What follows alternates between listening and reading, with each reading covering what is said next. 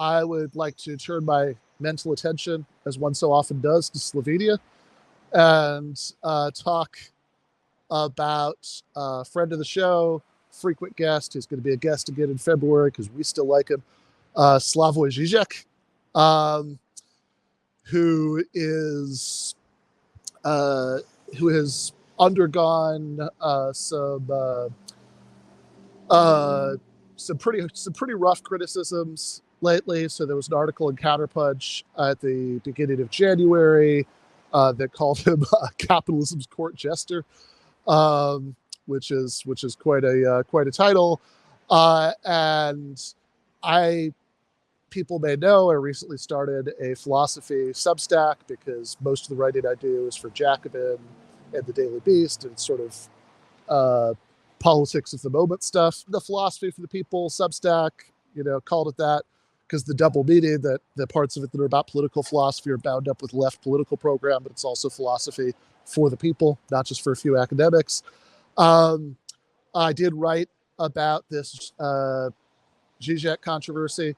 So it's called Don't Cancel Zizek. Say I don't, in the subtitle there, I don't agree with my friend Slavoj Zizek about everything, but he's an insightful thinker, and I have nothing but contempt for attempts to denounce him as a philosophical lightweight or a neoliberal stooge. And I don't know if we're actually doing a clip of this or a screen share, but I believe we have a little bit of a discussion that I had earlier today about this very topic.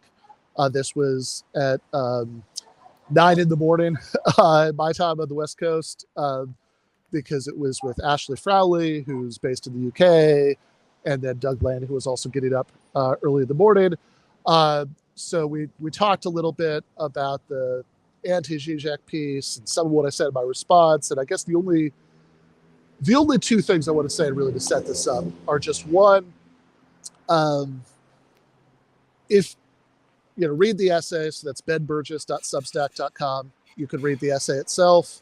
And if you do so, you'll see that I spend quite a bit of time talking about the sort of more philosophical, theoretical aspects of Slavoj's work and kind of what engaging with that work has meant to me over the decades, how it's changed some of my own thinking on some of these issues. But in this part specifically, I'm talking to Ashley about some of the more concrete points about his political position. So with that, I will shut up and we'll watch the clip.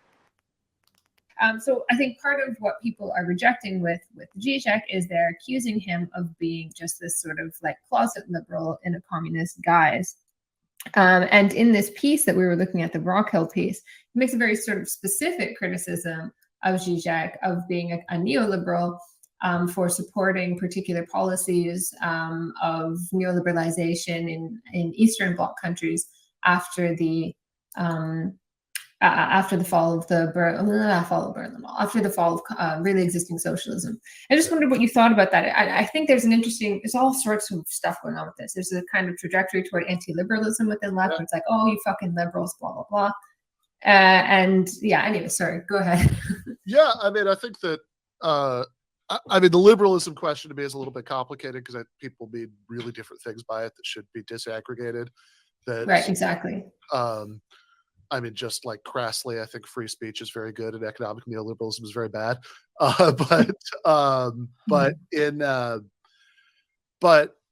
So I think that's a discussion worth having. I will say really specifically on the Rockhill thing and on Zizek and neoliberalism. I think, people can read the essay that I wrote about this, and I go into like probably tedious detail about this because it really offended me how inaccurate this was.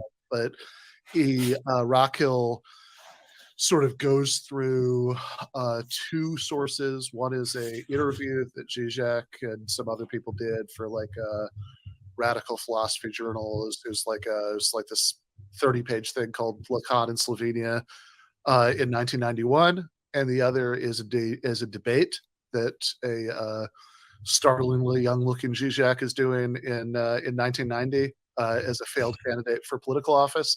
And so what he pulls out of the Lacan in Slovenia interview is a sentence, like one sentence and part of another, where he says, "Well, I'm I'm a pragmatist. If like a dose of market reforms will help us, with our economic crisis, I'm open to trying it or something like that. And then the other is that he pulls out of that candidate debate this not even a sentence or a phrase, like not even a clause of a sentence, but just like the words planned privatization. And then something about more capitalism, in our case, would means more social security. And if those are the three data points you're looking at, it paints a really clear picture that Zizek is somebody who was like on the vanguard of demanding more neoliberal economic restructuring in Slovenia in 1990 and 1991, which is almost the opposite of the picture that emerges if you actually click through to Rakil's sources. That in that in the Lacan in Slovenia interview, the next, like literally the next sentence after what he quotes, he starts talking about how, okay, I'm enough pragmatist to say, try a dose, which by the way, I mean, this could be, Tito could have said the same thing. Lenin, as Doug pointed out when I was talking about this with him last night, could have said the same thing in 1921 when he was implementing the new economic policy. But immediately, like the next sentence, he's saying, well, but I don't want to take this I don't want to go along with this sort of neoliberal idea. This is just a sort of like experts can tell us what we need, and like just making like full on Thatcherism or Friedman-esque economics. He said just taking that outside of the sphere of ideological contestation. That's like the next thing he said.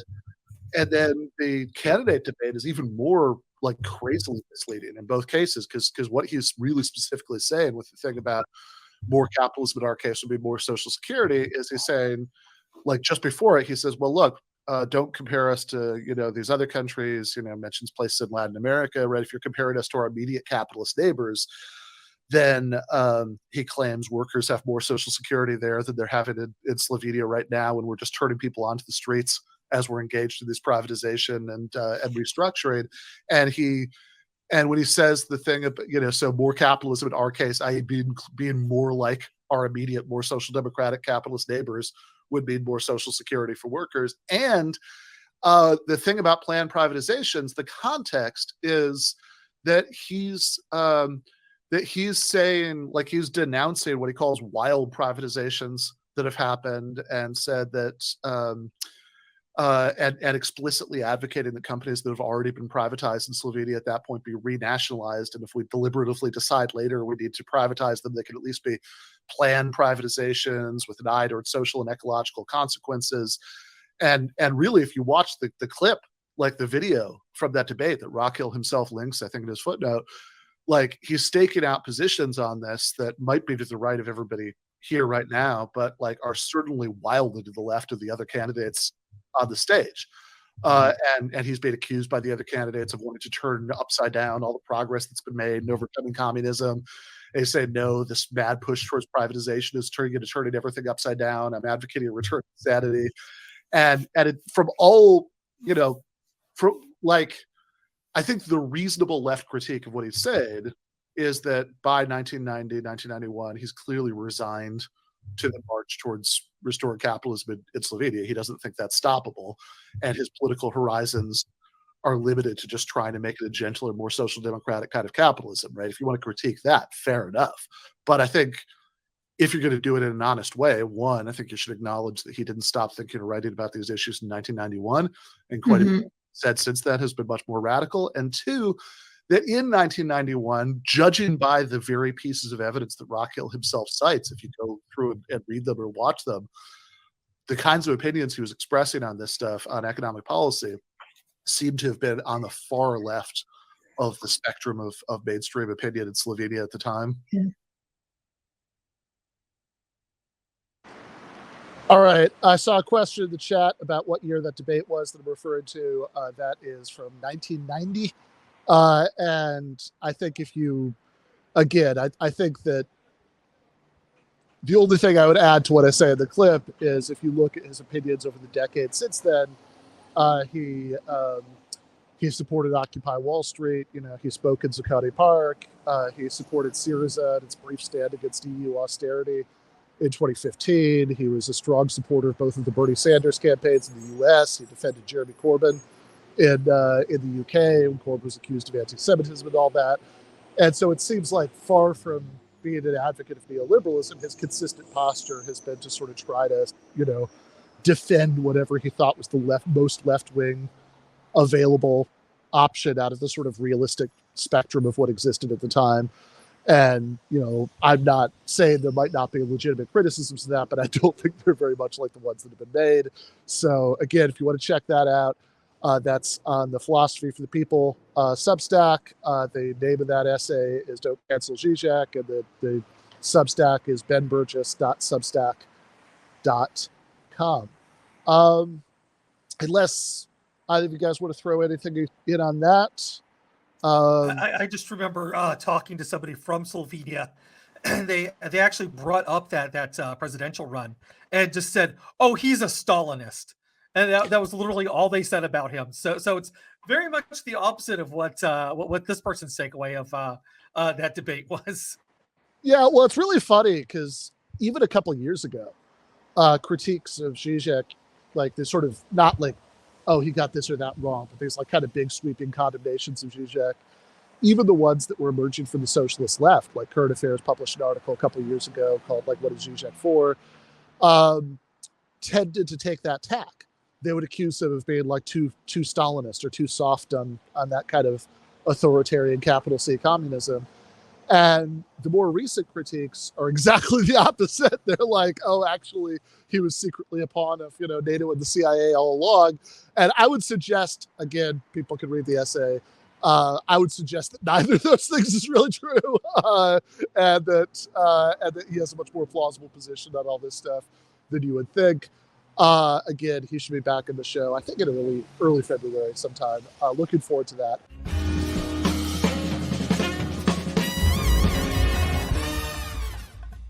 You have been watching free public content from Give Them an Argument.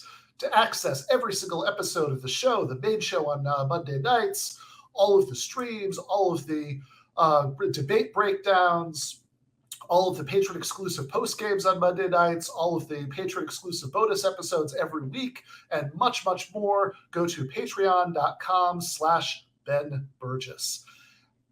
I cannot resist ending this with, don't be foolish.